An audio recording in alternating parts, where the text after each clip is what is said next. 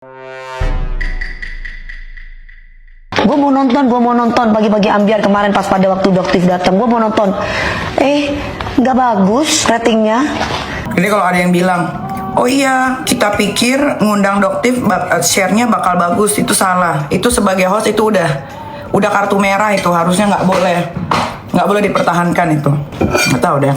Mungkin dia berhayal stasiun TV itu punya dia kali ya. Hayalan-hayalannya kan dia tukang hayal kan. Dewi Persik dibilang tukang hayal. Kalau mungkin untuk yang lain berkelit gitu ya dok ya, mungkin kayak enggak ini yang salah. Ternyata ada oknum di dalamnya. Semua barang saya, klinik saya kan namanya Derma Express dok, gitu ya. Sudah ada waktu itu kan 20 cabang seluruh Indonesia. Otomatis skincare saya ada di setiap kota gitu kan. Tarik semua. Iya betul. Tarik semua, berapapun ongkirnya, pokoknya tarik, saya nggak mau. Halo guys, kembali lagi di channel FKR. Jadi kali kita bakal ngebahas tentang yang santai aja ya. Jadi Nikita Mirzani akhirnya live di TikTok. Dia kayak nyindir Dewi Persik tuh. Waduh. Nyindir uya-kuya banyak lah ya. Karena tadi saya belum nonton sampai habis gitu. Kayaknya topik ini menarik nih buat di reaction, buat ditonton bareng kalian gitu kan. Kita lihat video live-nya Nikita Mirzani. Seperti biasa yang baru mampir, jangan lupa guys diklik dulu tombol subscribe-nya biar aku semangat upload video ya. Dan ya untuk pemasukan channel ini izinkan aku promosi parfum ya teman-teman. Ini ada parfum dari by Nikita Mirzani yaitu Magla. Cuma produknya lagi kosong guys. Jadi ya cek-cek aja ya, nanti ku taruh di bawah. Kalau emang ada stoknya langsung digas. Cuma aku punya alternatif lain teman-teman, yaitu parfum merek Hin ya. Aku punya parfum baru teman-teman ya. Ini bisa tahan 8 sampai 12 jam teman-teman ya. 10 sampai 12 jam sih harusnya. Karena ini udah ekstrak. Ini aromanya ya kalau kalian aroma sabun sih, kayak aroma sabun gitu, kayak kalian abis mandi. Jadi ya kalian tetap wangi dengan aroma sabun. Lebih ke bunga sih ya. Ini aroma bunga nih. Tapi kalau kalian nggak seneng wanginya yang tahan lama nih, ini ada nih. Ini botolnya juga cantik ya. Dengerin nggak guys? Bling ya. Jadi mewah gitu ya. Kalau ada langsung digas, ini merek Nobly. Langsung digas karena stoknya tuh dikit guys dia. Terus saya ada parfum merek Brave. Ini yang harganya di bawah 50.000. Ini buat anak-anak sekolah nih ya, yang pengen wangi. Tapi ingat ya, saya nggak menjamin ini tahan lama gitu. Karena ini harganya murah, ada harga, ada kualitas ya. Ya bebas kalian mau beli yang mana. Ataupun kalian pengen yang Aromanya wangi bang. Saya suka aromanya manis-manis bang. Kayak coklat, kayak vanilla. nah ini Tiden kok. Udah guys, kayaknya kelamaan ya saya promosi. Lanjut aja, kita mulai videonya sekarang juga. Let's go.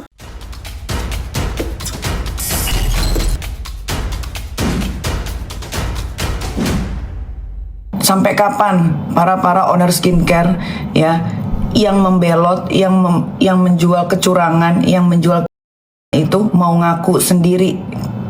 Kapan? Udah deh, kalian itu udah bukan pengusaha skincare, nggak ngerti apa-apa tentang skincare, nggak usah jadi merasa kayak tersakiti sebagai korban. Kak, bahas Dennis, nggak usah dibahas Dennis. Nih yang belum nonton Dennis ya, di konten ini nih yang terbaru ya. Ternyata komentar dihapus karena nih kita udah nggak mau ngebahas Dennis lagi. Dia lagi berjuang, dia menyambung hidupnya, jadi biarin aja. Kalau dia gituin gue ya biarin aja. Dramanya nggak berlanjut. Padahal seru tuh kalau Nikita face Dennis kan. Jadi Dennis itu pro-nya ke uya-kuya ya. Kalau udah nonton di konten sebelumnya nih. Di mana-mana. Ini gue kasih tahu ya, karena gue pernah jadi host TV lama dan gue punya program sendiri. Dengerin, di mana-mana kita sebagai host itu tidak pernah bisa menentukan siapa bintang tamu yang kita undang. Sebagai host itu cuman duduk ya, terima briefingan, habis itu mau wawancarai bintang tamu secara live atau taping ya. Jadi bukan kita sebagai host yang menentukan besok ya kita undang bintang tamu ini, besok kita undang bintang tamu itu. Tidak. Jadi kalau ada yang bilang, oh iya kita pikir ngundang Doktif share-nya bakal bagus, itu salah. Itu sebagai host itu udah kartu merah, itu harusnya nggak boleh dipertahankan itu. Saya tahu siapa itu. Kita sepil sedikit ya. Nggak seru kalau teman-teman mungkin yang belum nonton di video sebelumnya. Kita sepil sedikit nggak apa-apa. Biar teman-teman tahu siapa yang disindir ya. Pikir rating pagi-pagi ambiar kemarin kita ngedatangin Doktif ratingnya bagus ya. ya kan, bagus gitu kan, ya kan, soalnya secara kan orang kayak yang aku mau nonton gitu kan, ya kan, gue mau nonton pagi-pagi ambiar kemarin pas pada waktu doktif datang, gue mau nonton, nggak bagus ratingnya. Biasa aja. Berarti kan buzzer berarti. Saya nggak nyebut orang ya, kalian lihat sendiri. Ini statementnya Dewi Persik. Oke, biar nggak bosan kita sedikit baca komentar deh. Tim yang nggak pernah nonton pagi-pagi ambiar. Saya nggak pernah nonton ya. Saya selalu nonton channel FKR Project, guys. Kata siapa buzzer? Kita nggak pernah nonton acaramu, Mbak. Sama. Mending FKR Project ya. Next, ini tanda-tanda pagi ambiar akan hilang. Hostnya begini. Ya ini ya, kalau hostnya berat sebelah ya. Karena bukan kapasitas host atau co-host mengundang bintang tamu. Yang undang bintang tamu ya sutradara, yang bikin program sama yang punya TV. Kalau programnya nggak naik, ngundang seseorang, ya lu jangan salahin undang seseorangnya. Lu salahin bagaimana cara lu mengemas program lu menjadi indah, menjadi enak, dan menjadi layak untuk ditonton. Itu yang bener. Jangan salahin bintang tamu. Cakep banget. Bintang tamu mau datang aja alhamdulillah. Dan orang yang bikin program nggak pernah nyalahin bintang tamu karena share-nya rendah atau share-nya biasa aja. Ini loh co-host yang dibayar sama stasiun TV bisa ngomong begitu. Itu sih nggak tahu deh, mungkin dia berhayal stasiun TV itu punya dia kali ya, hayalannya kan, dia tukang hayal kan. Dewi Persik dibilang tukang hayal. Semoga direspon nih biar dramanya makin seru sama DP ya. Terus ada juga anggota DPR, sebut aja namanya Uya Kuya. Cakep. Dia secara gamblang ngomong nggak etis, nggak elok sesama pengusaha skincare mereview produk. Coba tanya sama Uya Kuya, apakah lu elok ya? Apakah lu elok Uya Kuya? Bikin konten di rumah orang LE.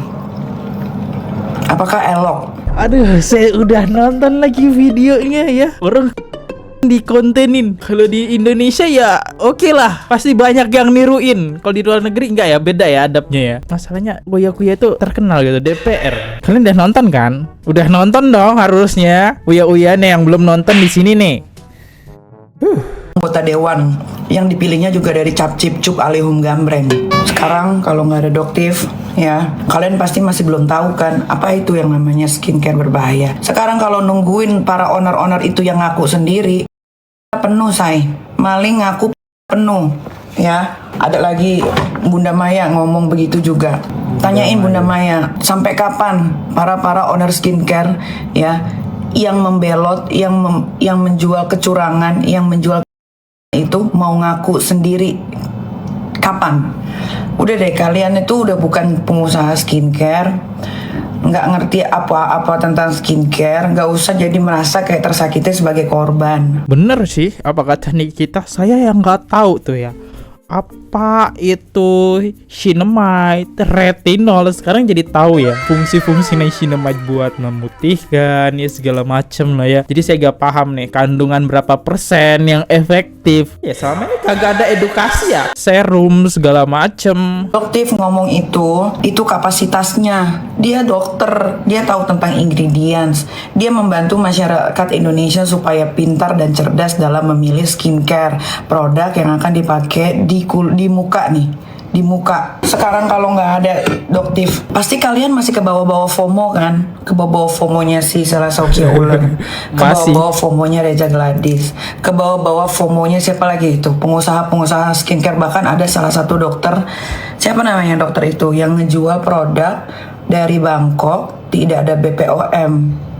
Karena gelar dokternya, jadi kalian percaya, kalian belilah skincare-nya. Bepomnya Bepom apa teman-teman? Mungkin teman-teman ada yang nggak tahu ya. Jadi dia skincare ya, ini skincare. Dia Bepomnya Bepom Bangkok. Bilang itu dokter guys, yang bilang dokter teman-teman. Dan dia, saya percaya aja. Ini udah Bepom kok, cuma Bepomnya Bepom Bangkok. Ternyata dokter bilang nggak ada itu Bepom Bangkok ya, adanya itu Bepom RI. Karena ya Bepom luar negeri sama Bepom Indonesia itu beda statement Bepomnya. Ada aja ya juga ya. Saya teredukasi sih, jujur nih teredukasi. Si Tungkir, ya tuh dokter si Tungkir. Benar nggak? Owner skincare yang takut di review sama doktif itu adalah owner skincare nakal. Ya kalau nggak nakal nggak usah takut. Kalau misalkan memang ada overclaim, benerin, bukannya menjatuhkan kayak Bunda Maya bilang. Iya, itu nggak boleh tuh menjatuhkan. Nggak ada yang menjatuhkan. Justru dikasih tahu, jangan diulangin. Benerin ya. Ini bukannya dibenerin, malah makin parah. Malah jual serum goib yang ada niacinamide-nya tapi goib. Dia tahu nggak temennya ngejual produk-produk begitu? Coba deh. Kalau dia tahu, pasti dia malu ngomong begitu. Banyak kok owner-owner skincare yang akhirnya berterima kasih sama Doktif. Ternyata di skincare-nya ada kandungan yang tidak boleh dipakai di muka. Banyak kok. Cuman segerombolan ini aja. Segerombolan tuh siapa aja sih? Selasa Ukia, Reza Gladys. Nih yang satu Heni Sagara. Nih yang satu kelompok nih, yang susah banget nih dibilangin. Ini satu kelompok nih. Mira Hayati udah gone, udah ya kan. Terus yang ikut-ikutan juga, yang ikut-ikutan. Gak usah ikut-ikutan kalau gak punya bisnis skincare. Gak usah ikut-ikutan kalau gak paham apa itu overclaim, apa itu overprice, apa itu skincare berbahaya. Gak usah ikut-ikutan. Deh, lo ngedabrus aja ngapain kek, lo jualan kek apa kek. Saya kenal itu siapa ya? Apakah itu Uya atau si Dennis Cadel ya? Korban dari Reza Gladys. Korban Reza Gladys kenapa tuh kan ini?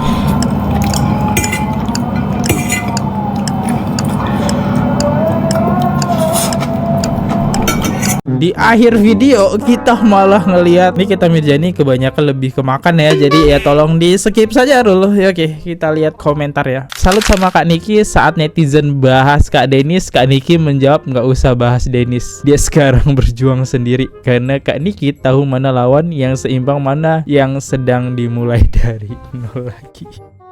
Karena emang si Dennis ini udah mulai redup ya. Terakhir yang paling booming adalah kasus dia sama Rasman. Itu menurut gue paling epic sih.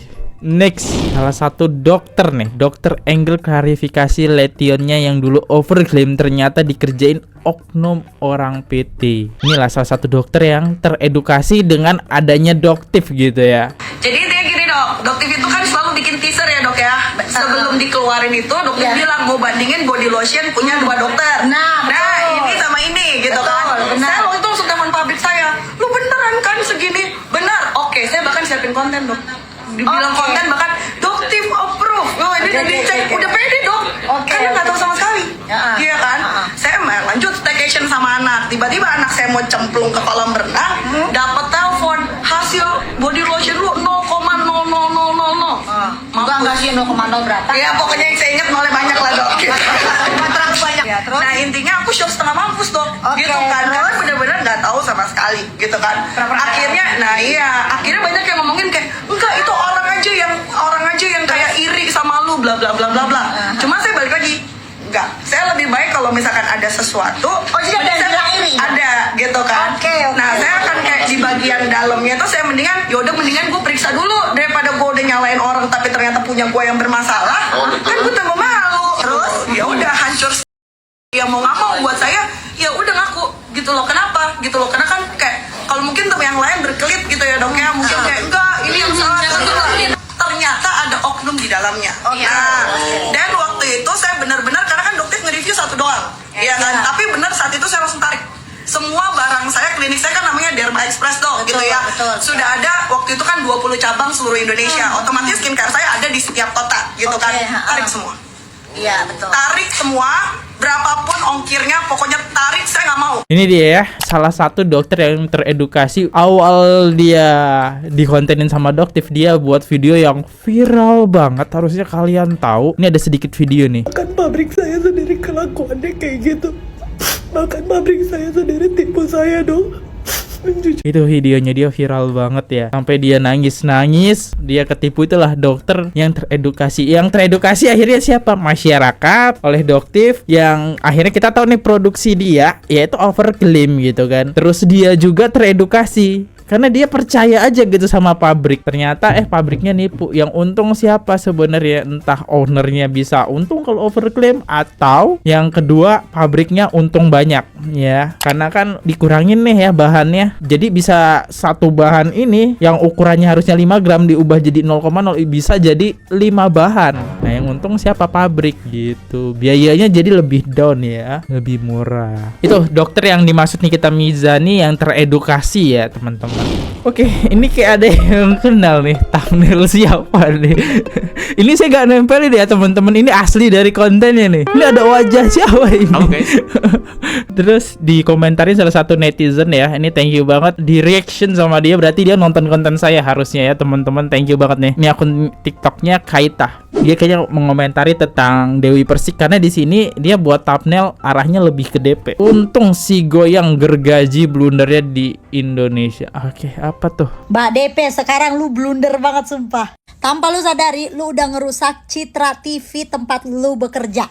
Jadi lu dengan sengaja ngebuka program yang mana lu menjadi hostnya, itu lebih mengutamakan rating aja sebagai indikator utama kesuksesan program lu.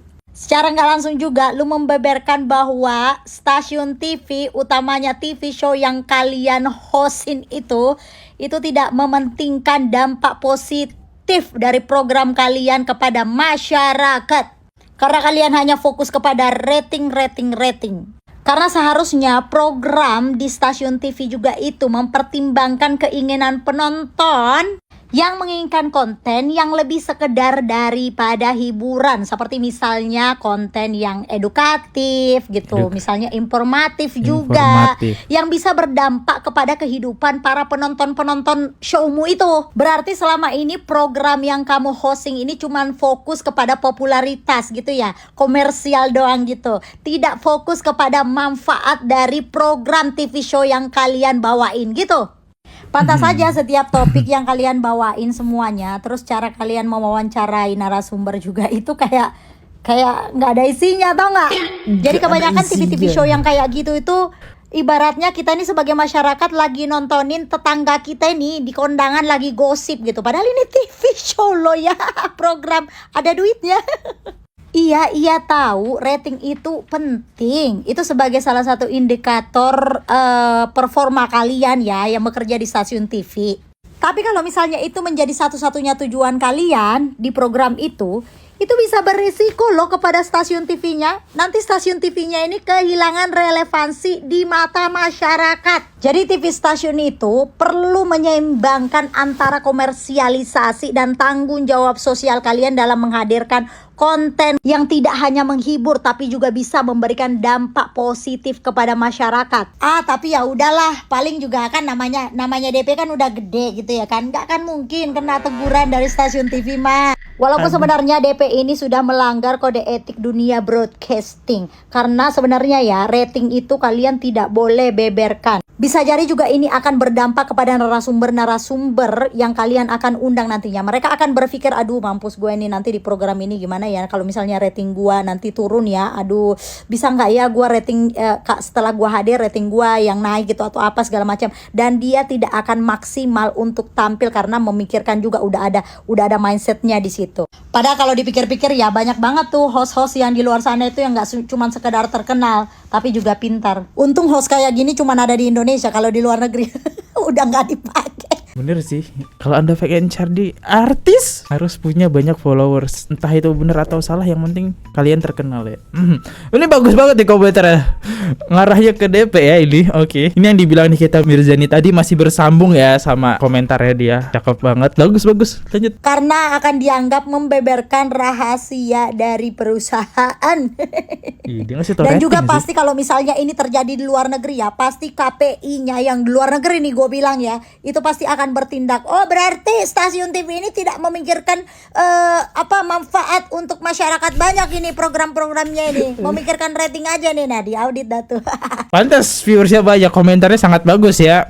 Keren banget. Yang paling pinter dan netral hostnya cuma Rian Ibram. Kayaknya Rian Ibram karena kan dia kagak, mungkin di tengah-tengah ya, sama SS nggak terlalu, sama Doktif juga nggak terlalu gitu kan. Host yang paling berkompeten cuma Rian Ibram. Di sini ya nggak selalu lihat pagi-pagi ambiar, bahkan nggak pernah ayo angkat.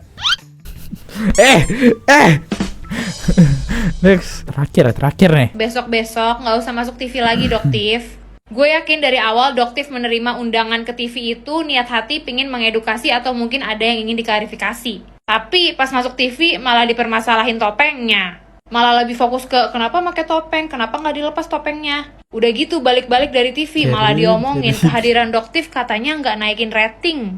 Mendingan ngundang orang-orang viral di TikTok yang lucu-lucu tuh ratingnya langsung naik. Udah ya Doktif, nggak usah. Kemarin terakhir, nggak usah lagi.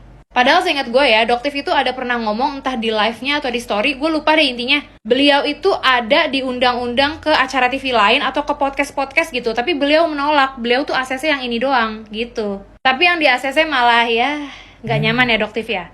Ya udah pelajaran aja ya, skip, cut off, nggak penting. Tim yang nggak mau lagi nonton bagi-bagi hampir. Aduh, saya no komen ya. Ya udah deh, saya undur diri dulu aja.